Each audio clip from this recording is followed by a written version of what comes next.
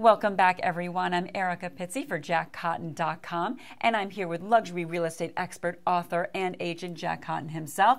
And we are doing a series on the 7 steps of how to break into luxury real estate. Today is step 1, and we're talking about market mapping. Market mapping. Exactly what does this mean? Well, first of all, where do you want to break in? Now, Good point. You could be really successful in this market, and you want to break into that market. Identify it. Where is it? What does it consist of? What are the boundaries? And then you want to map it. So here's a map of a market near my market that I don't currently work in, but if I was going to work in, here's the map. And then each pin represents a sale of $5 million or more. And I did all this research on all these properties. I went back 2 years. Who's the buyer? Who's the seller? What do they do? What do they pay? What are the benchmarks of this market? In other words, what are things selling for per square foot?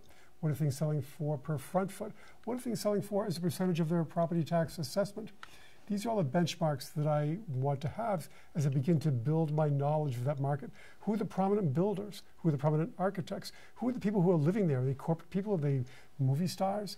I mean, who is in this market you want to know? Who are the people there of note? So, for example, now I was working with an agent up in Kennebunkport, Maine, and I'm a very visual person. I like to put things on the wall, and so he sort of copied my idea. So this is exactly what I told him to do. You go to the town hall, Kennebunkport, and you get the assessor's maps, and he pieced them all together, and it shows every single individual property on the map. Oh, wow, and he can look up the owner, he can look up when they bought it, what they paid for it, make some phone calls or Google them to find out what they do. I know in my market, 85% of all the buyers are from the financial services business if you're over $1 million. This is important information to have as you identify and map your market and become an expert in that market. And the most important thing about being an expert in the market is really understanding price and value and what are some important benchmarks. The ones I mentioned a moment ago: price per square foot, price per front foot, days on market, listed sales price ratio. What are things selling for as a percentage of assessment, especially in this state?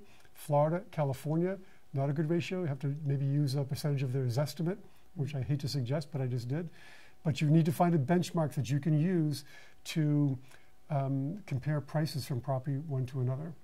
But ultimately here what you're saying is research. You need to do your research as you're doing this. Immerse yourself in that market, become an expert by mapping, identifying and mapping your market.